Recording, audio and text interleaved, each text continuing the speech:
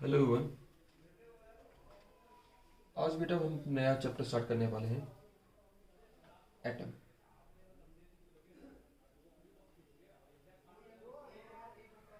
Atoms. Atom बताइए, आपको किसी भी एलिमेंट का सबसे छोटा पार्ट होता है जिसके अंदर इलेक्ट्रॉन, प्रोटॉन, न्यूट्रॉन होते हैं। एक एटम का जो सेंट्रल पार्ट होता है उसे हम न्यूक्लियस कहते हैं, और इलेक्ट्रॉन उसके अराउंड रिवॉल्व करते हैं। चलिए, एक्चुअली इसमें चैप्टर में हमको एटम की हिस्ट्री के बारे में पढ़ना है कि एटम का मॉडल जो दिए गए कि एटम का जो एटम दिखने में कैसा है। डिफरेंट डिफरेंट साइंटिस्ट ने डिफरेंट डिफरेंट क्या अपने ऑब्जर्वेशन दिए, क्या उनके कंक्लूजन निकले, क्या उनके ड्रॉबैक थे, वो सब पढ़ने हैं। चलिए, जो सबसे पहले आपका मॉडल दिया गया बेटा, आपका दिया गया 1898 में। वो दिया बेटा आपका जे जे थॉमसन ने। जे जे थॉमसन ने जे जे थॉमसन ने जो मॉडल दिया, उस मॉडल का जो बेटा नाम था वो था बहुत पॉपुलर नाम है, इसे बोलते हैं plum pudding model. Plum pudding model.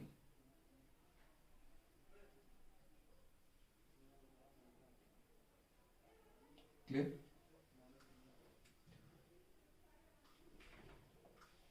जैसे एक पुडिंग होती है, पुडिंग मतलब बेटा आपका जो स्क्रीन पे दिख रहा होगा पुडिंग, स्क्रीन पे पुडिंग दिख रही होगी आपको।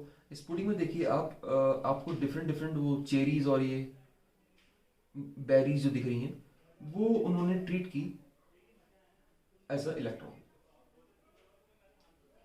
तो उन्होंने क्या कहा,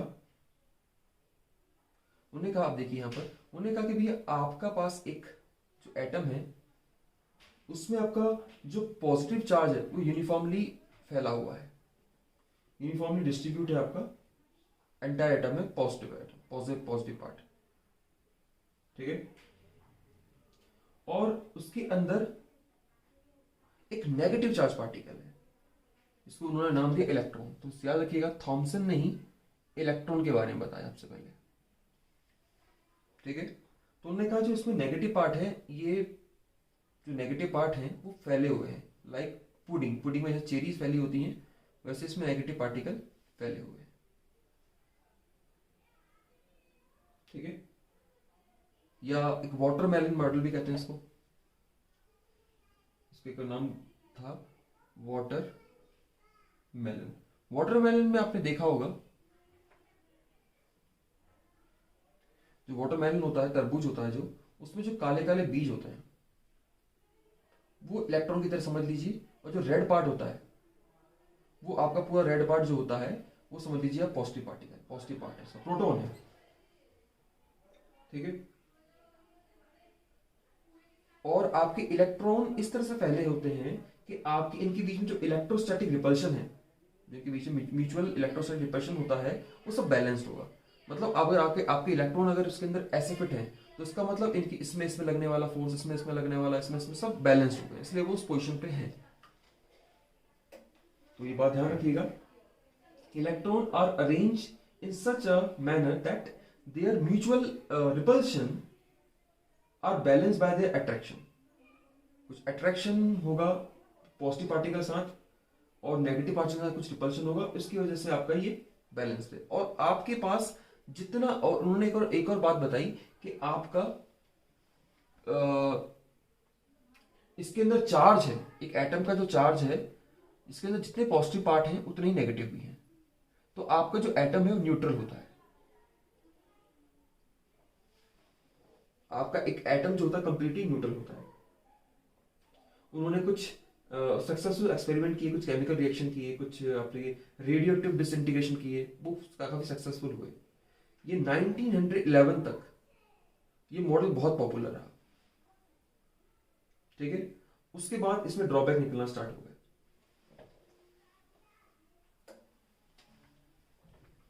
ड्रॉबैक निकलने का कारण जो था, अगर मैं उसकी बात करूं उसके लिए आपका सिंपल सा मैं बात बताता हूं कि पहले जब किसी किसी एलिमेंट को अगर पता करना होता था कि ये, मान लीजिए कुछ एलिमेंट नया निकला, तो उस एलिमेंट को क्या करते थे, उस एलिमेंट को पाउडर करते थे, क्रश करते थे। पाउडर करा, उसको तपाया, जलाया किसी चैम्बर में। इस चैम्बर से गैस निकाली, ये गैस गई किसी एक कंटेनर में, ठीक है। इस गैस से फिर हम कुछ रेस पास करते थे और यहां स्क्रीन होती थी, ठीक है। इसमें आपको लाइंस दिखेंगी, स्पेक्ट्रल लाइंस, ठीक है। तो उससे क्लियर हुआ, एक एलिमेंट लिया, एलिमेंट को क्रश किया, क्रश करने के बाद से गर्म किया, गर्म करने के बाद उसकी जो गैस निकली, उसके बाद जो गैसेस फॉर्म में आया हुआ एलिमेंट, उसमें से हमने पॉजिटिव कैथोड रे पास की, तो उसके बाद स्क्रीन पे हमको स्पेक्ट्रल लाइन दिखती थी, ठीक है। ये जो स्पेक्ट्रल लाइंस होती थी, हर एक एलिमेंट की अलग अलग होती थी। मतलब ये स्पेक्ट्रल जो लाइंस हैं वो बताती थी behave as a fingerprint, fingerprint की तरह काम करती है। फिंगरप्रिंट मतलब बेटा आपका हर एक इंसान का जो फिंगरप्रिंट होता है वो यूनिक होता है, ठीक है। इसलिए हर एक एलिमेंट का जो स्पेक्ट्रल लाइंस आता था यूनिक आता था। इसके फेलियर का कारण भी यही था। 1911 के बाद जो उसका फेलियर का रीजन था, 1911 तक ये बहुत पॉपुलर रहा, ठीक है। The model remain popular till 1911। उसके बाद इसको थोड़ा सा डिस्कार्ड कर दिया गया। उसका रीजन यही था कि पहला, ये जो हाइड्रोजन एटम होता है और अदर एटम होता है, हाइड्रोजन एटम की जो स्पेक्ट्रल लाइंस हैं ये क्यों आ रही हैं, ठीक है। डिफरेंट डिफरेंट को एलिमेंट के स्पेक्ट्रल लाइंस मिल रही हैं, क्यों आ रही हैं, ठीक है। इसका ओरिजिन, इसके ओरिजिन को भी एक्सप्लेन नहीं कर पाया, ठीक है। तब तक आपके एक एक्सपेरिमेंट और हो क्लियर हुआ, मेन रीजन यही था इसके एक्सप्लेन का, ठीक है। कोई भी आप एक्सपेरिमेंट करते हैं, कोई भी आप थ्योरी देते हैं, उसके पीछे के जो एक्सपेरिमेंट, याद रखिएगा कोई भी थ्योरी पॉपुलर जब होती है, वो उसका जो एक्सपेरिमेंट और थ्योरी दोनों को एक दूसरे को फुलफिल करना पड़ता है।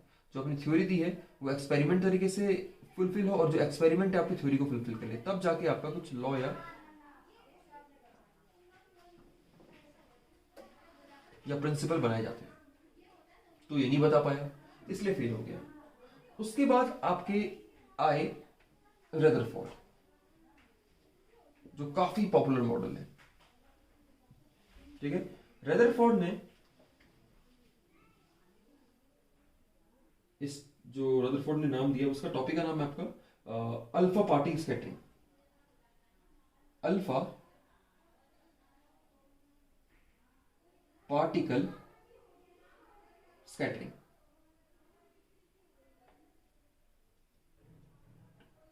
ये जो मॉडल आया बेटा 1911 में दिया गया, ठीक है।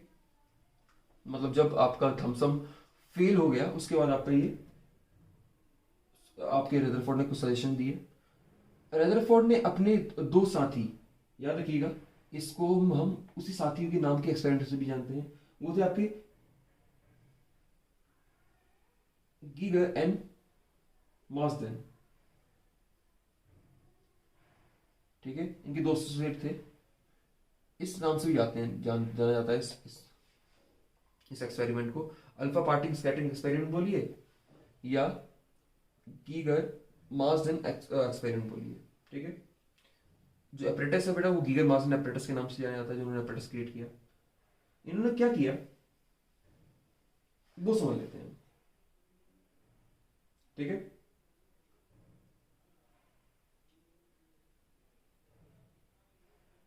इन्होंने क्या किया, एक लेड चैम्बर में, एक लेड चैम्बर लिया, लेड चैम्बर में मैडम रख दिया बिस्मिथ। बिस्मिथ जो है एक आपका अल्फा पार्टिकल, मतलब +2 इलेक्ट्रॉन। रेडियो, एक पहली बात तो है आपका बिस्मिथ जो है एक रेडियो एक्टिव, याद रखिएगा आपका जो रेडियो एक्टिव सोर्स है, रेडियो एक्टिव सोर्स है, रेडियो एक्टिव सोर्स है, इसमें से आपकी अल्फा पार्टिकल्स निकलते हैं, ठीक है। इस अल्फा पार्टिकल को बेटा उन्होंने पास कराया एक गोल्ड फॉइल से, गोल्ड फॉइल से, ठीक है। ये गोल्ड फॉइल थी बेटा, उसकी थिकनेस जो थी बहुत कम कम थी, 2 × 10⁻⁻⁷ मीटर, ठीक है। बहुत पतला गोल्ड फॉइल था, लाइक आपकी मिठाई के ऊपर जो चरख, जो प्लेट चलाई थी, उसका भी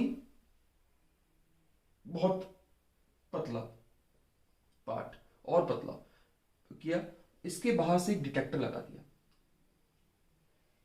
ठीक है। अब जैसे ही इस पे अल्फा पार्टिकल पड़े गए, ये अल्फा पार्टिकल कुछ सीधे चले गए, कुछ ऐसे चले गए, कुछ ऐसे चले गए, अलग अलग एंगल पे ये स्कैटर हो गए,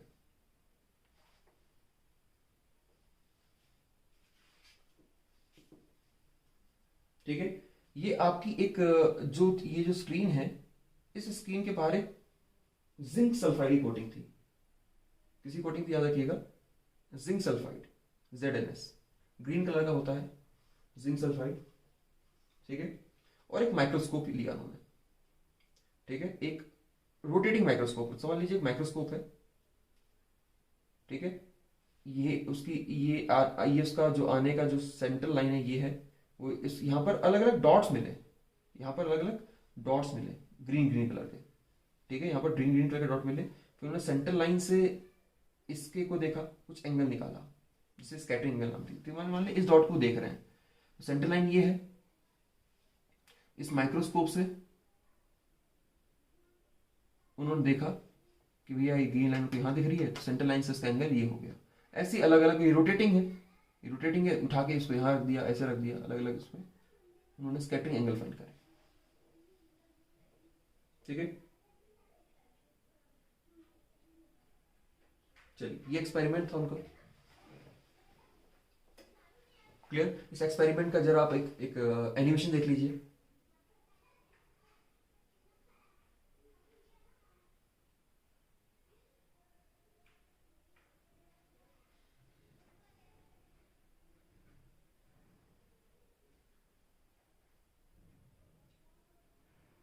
चलिए, देख लिया आप लोगों ने।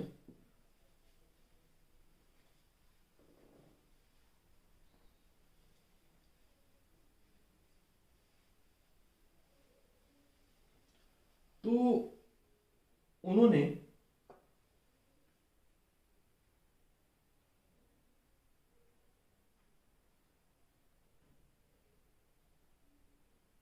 क्या ऑब्जर्वेशन दी, ये देख लेते हैं। अब जो आपकी रदरफोर्ड ने ऑब्जर्वेशन दी है इस एक्सपेरिमेंट को लेके, ये ऑब्जर्वेशन देख लेते हैं। ऑब्जर्वेशन और सिग्निफिकेंस क्या दिया उन्होंने, हम ये देखते हैं, ठीक है। आपकी स्क्रीन पे दिख रहा है साफ, ठीक है।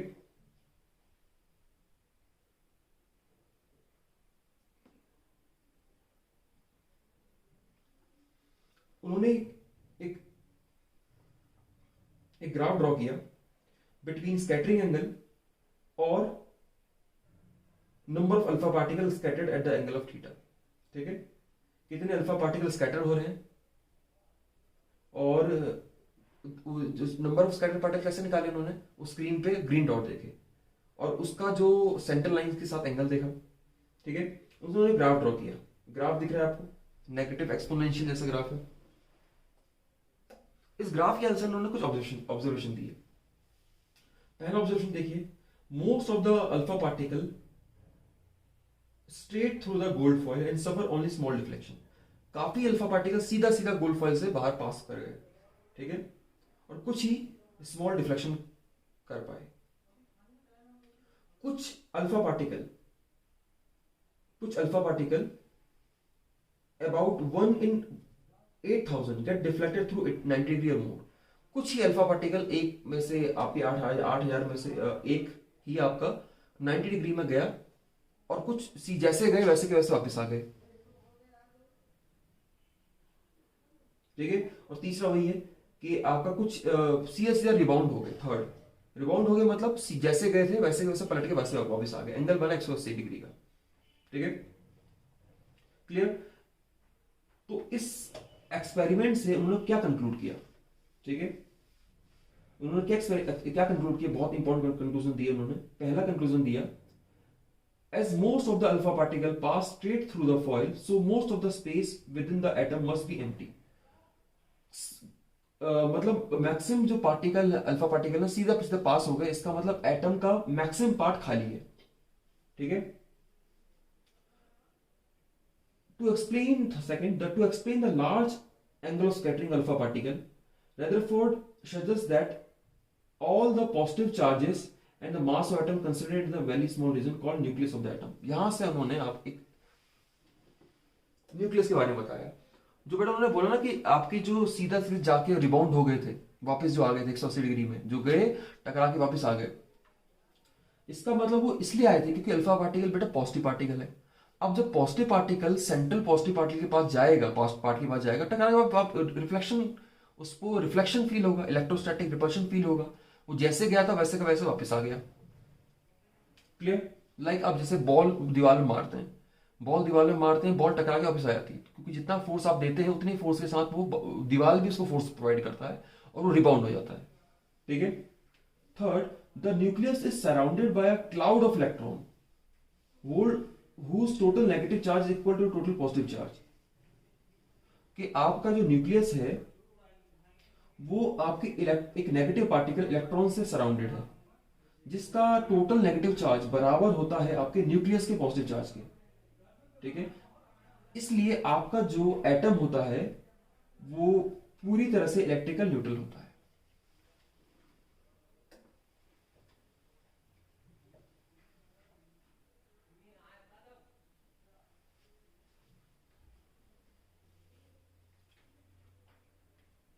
क्लियर? ये था बेटा आपका रदरफोर्ड का एक्सपेरिमेंट।